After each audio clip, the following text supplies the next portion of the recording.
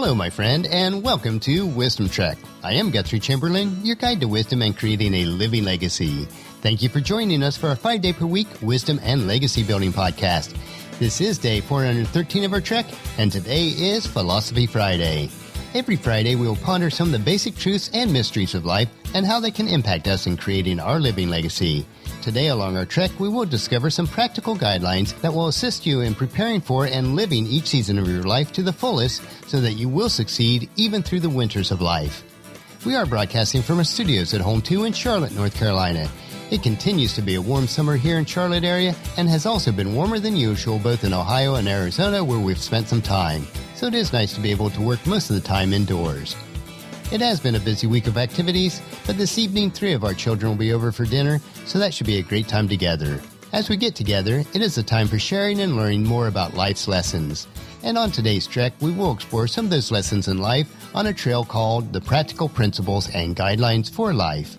Here are some practical principles and guidelines that will help you to maximize each season of your life. They are not in any particular order, but they are all gems that will make a huge difference in your season of life long term. So let's get started discovering these gems. So here we go on our trek for today. Never spend more than you make. If you cannot afford to purchase something with cash, then just don't buy it. There are very few true necessities in life, and learn to sacrifice now so that you won't be a slave to debt long term. Proverbs chapter 22 verse 7 tells us plainly, just as the rich rule the poor, so the borrower is a servant to the lender. When you live debt-free, it gives you the options and the freedoms that you won't have when you borrow. Next is, be willing to live a frugal lifestyle in all areas. Now this may include the way you dress, what you spend on entertainment, and vacations. You can have all of these without spending a lot of money doing so. In fact, you'll find that you'll have less stress, more joy, and more peace, even if you don't have all the material things that you desire. Next is that on a personal level, except for a home which should increase in value, do not borrow money. Even with a home, only purchase what you need and can afford, including allowances for repairs, maintenance, and yearly fees and taxes, because these things will occur. Next is never co-sign a loan for someone else, no matter how close you are to them. It is exactly the same principle as borrowing money for yourself, except in this case you don't even own the item that you purchase, and this is not wise. Next is to realize that the purpose of transportation is to get you to and from locations. If at all possible, pay cash for a vehicle. If not, only purchase a very basic transportation, not the car that the dealer thinks you can afford, because their sole purpose is to sell cars and to make a profit. Next thing to consider is be willing to give up habits that are not only costly but usually not good for you. Now these things may include drinking, smoking, gambling, even on lottery tickets, overeating, and impulse purchases. These seemingly small purchases can add up to thousands of dollars per year. Be willing to make small sacrifices now so that you will have options in the future. The next advice is to don't use credit cards. And the only exception to this that I feel is valid is that if you have the discipline to use them as a cash card and you get some sort of earning bonus from using them. The rule here is that you have the money in the bank to cover all your purchases and you pay them off in full every month. No exceptions. And if you currently do have credit card debt, pay them off as soon as possible and don't use them again. Throw them out so that you won't even be tempted. The next piece of advice is to create a budget and stick to it. To be prepared for all seasons of life and to survive the winter seasons, you must plan ahead and stick to your plan. Next is, if you are currently in debt, stop all non-essential spending until the debt is paid in full. Make sure that you're honest with yourself on what is essential and what is not. There are very few expenditures in life that are truly essential. Now this may mean that you need to cut out cable, have a limited phone plan, and limited internet. No eating out, no costly entertainment, purchasing secondhand clothes, and secondhand household items. But think about it this way, if you're unwilling to sacrifice now, when will you later? It is your choice to be a slave for life or to know the freedom of living without debt. The next is very important. Change your vocabulary from spending to investing, and it will change how you view purchases. Investing should bring a good return. Spending never does. So when you think about spending money on something, is it a wise investment to do so?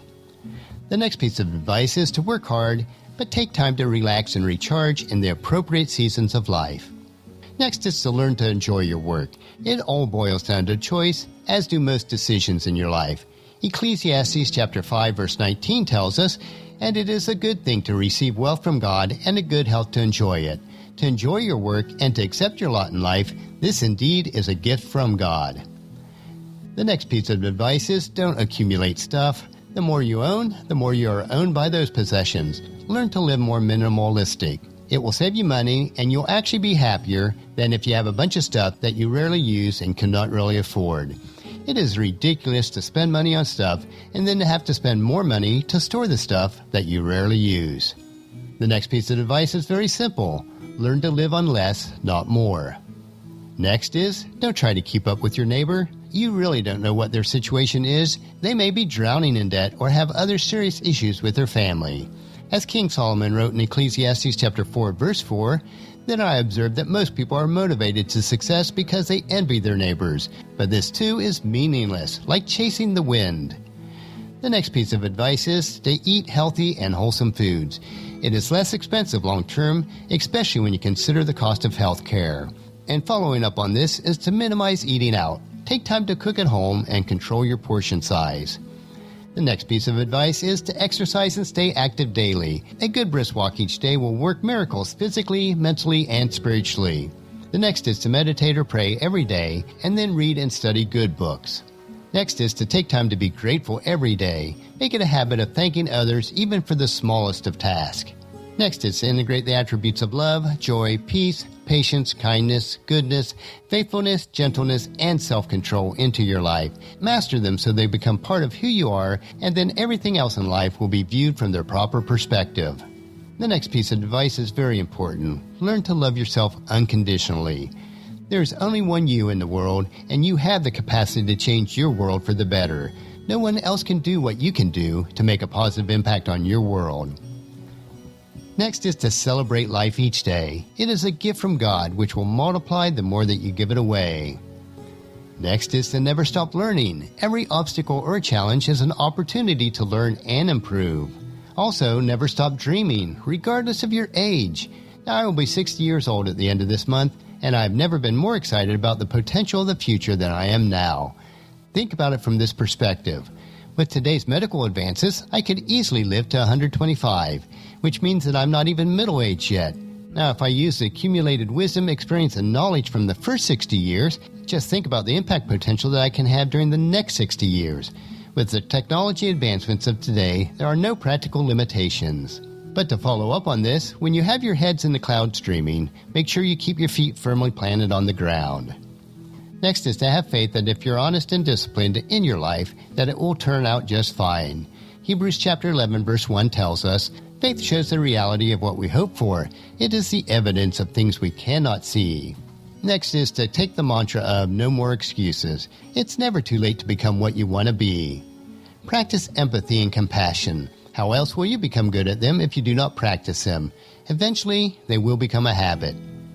To follow up on that, practice the golden rule at all times. Which leads us to the next, which is to help others succeed, and in turn, you will succeed yourself also. And with that, don't criticize or become negative. Life is too short to live negatively. And lastly, a point I want to bring forth is to take time to laugh, to stop and smell the roses, to enjoy the journey of life. You only have one life to live, so enjoy each day. I have a simple plaque that Paula's Aunt Pauline gave me many years ago when she noticed how much and hard I work, and it hangs in my office. Now I have to read it occasionally to get me back on track, and this is what it says. If you keep your nose to the grindstone rough and keep it down there long enough, in time you'll find there's no such things as brooks that babble and birds that sing. Then these three things will your world compose, you, the stone, and your worn-out nose. Now, the older and wiser I become, the more this poem really means to me. Yes, I still work hard and enjoy my work, but I do try to take time to listen to the babbling brooks and the singing birds, to enjoy our grown children and grandchildren, to enjoy life and its journey, regardless of how rough the trail is at times, to be prepared for each season of life, the times of working hard and the times of leisure. Today we've discovered several guidelines that will help us to be more effective to navigate the cycles and seasons of life. And next Philosophy Friday, we'll begin to explore some of the lessons from Jim Rohn's book titled The 5 Major Pieces to the Life Puzzle. I think you'll find these insights very interesting. I know that I do.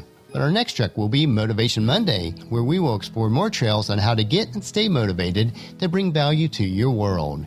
So encourage your family and friends to join us and then come along with us on Monday for another day of Wisdom Trek, Creating a Legacy.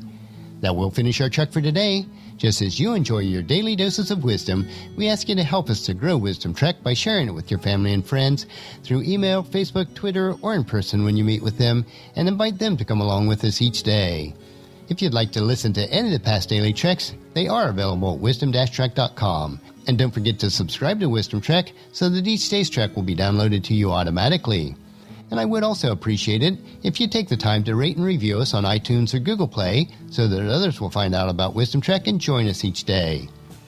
The journal for today's trek is available at wisdom-trek.com.